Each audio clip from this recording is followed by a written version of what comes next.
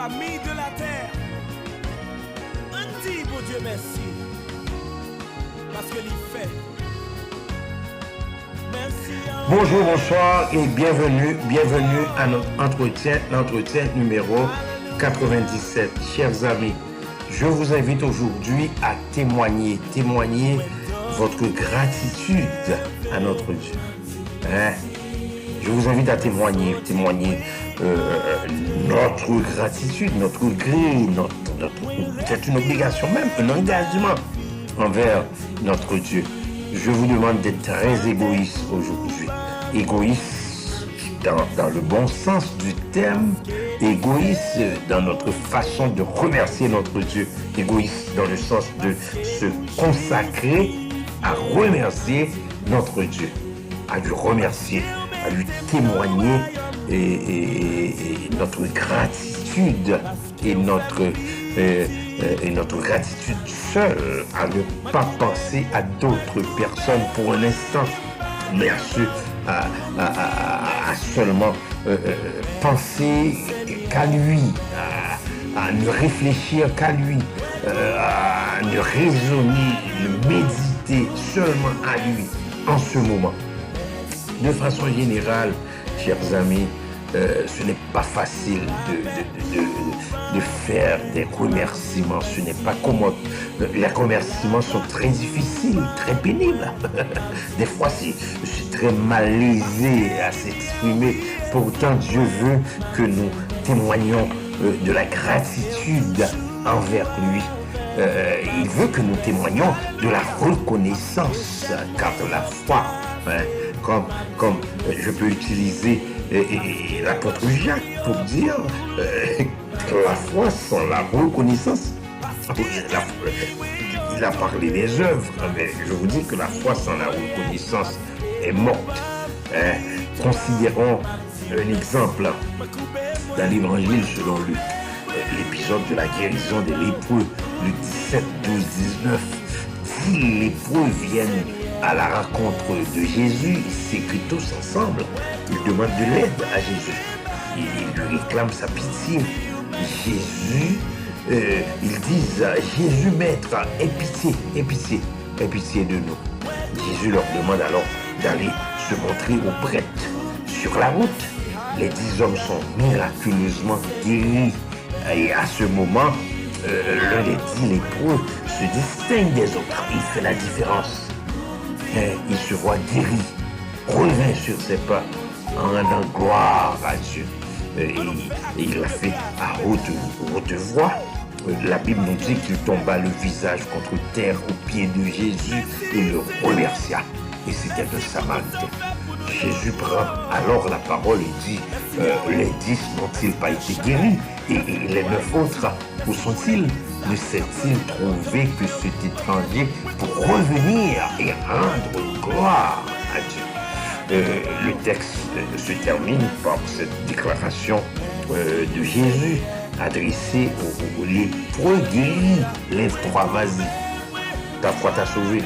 Le verbe qui est utilisé, traduit par sauver, peut signifier aussi bien guéri que sauvé. Ta foi t'a sauvé. Ou ta foi t'a guéri. Et selon le contexte ici, il est clairement question de salut qui dépasse la simple guérison physique, car la réaction du Samaritain prouve qu'il y a eu un changement intérieur qui s'est produit en lui. Les 9 autres lépreux pourtant guéris ne semblent pas bénéficier de ce salut, de cette guérison spéciale. Il s'agit d'un argument tiré du silence, mais qui, on a étiré un petit peu le texte, mais c'est un argument qui doit néanmoins être pris en compte. Celui qui a été guéri, l'étranger, le Samaritain, a rendu gloire à Dieu à haute voix. Donc il tombe le visage contre terre aux pieds de Jésus et le remercie. Bon, et là, il a remercié Jésus. Donc la réaction de Jésus laisse entendre que les 9 autres auraient dû réagir. De la même manière, seul le Samaritain, dans ce cas-ci, possède cette foi qui sauve. Cela ne signifie pas que nous sommes sauvés par la foi plus la reconnaissance. Théologiquement, cela ne signifie pas que nous sommes sauvés par la foi et la reconnaissance ou que nous devons nous montrer suffisamment reconnaissants pour prétendre mériter le salut. Mais notre texte enseigne plutôt que la foi qui sauve mène inévitablement à la reconnaissance envers Dieu. Prenons par exemple quelques raisons pour lesquelles nous devons rendre gloire à Dieu. Des raisons parmi des milliers qui méritent notre reconnaissance envers notre Dieu, notre Père, notre Seigneur et notre Sauveur, par exemple. La santé. Il n'est pas donné à tout le monde d'être en santé, chers amis. Et en ce moment même, il y a des millions de gens qui sont malades dans le monde. Ensuite, il y a le souffle de vie que nous avons gratuitement. Il y a notre corps, la nourriture que nous mangeons, les amis que nous possédons, notre famille, nos enfants, nos parents, le travail que nous faisons, la protection que Dieu nous donne, mais surtout son amour. La croix et le sacrifice qui se cristallisent par la vie éternelle. Donc, notre gratitude envers Dieu et Jésus est une preuve, une démonstration visible et audible de la réalité de notre salut. Un chrétien ingrat, c'est donc un oxymore. Vous savez, on dit oxymore ou oxymoron.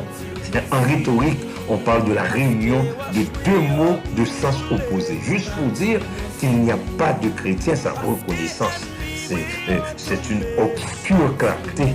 Comme dirait Corneille, les deux termes de l'expression sont contradictoires. Ne perdons aucune occasion, aucune. Aujourd'hui même, de rendre gloire à Dieu et de le remercier, de remercier Jésus pour le merveilleux salut qu'il a bien voulu nous accorder. Clébert Jean-Charles vous a parlé. Au revoir et à bientôt.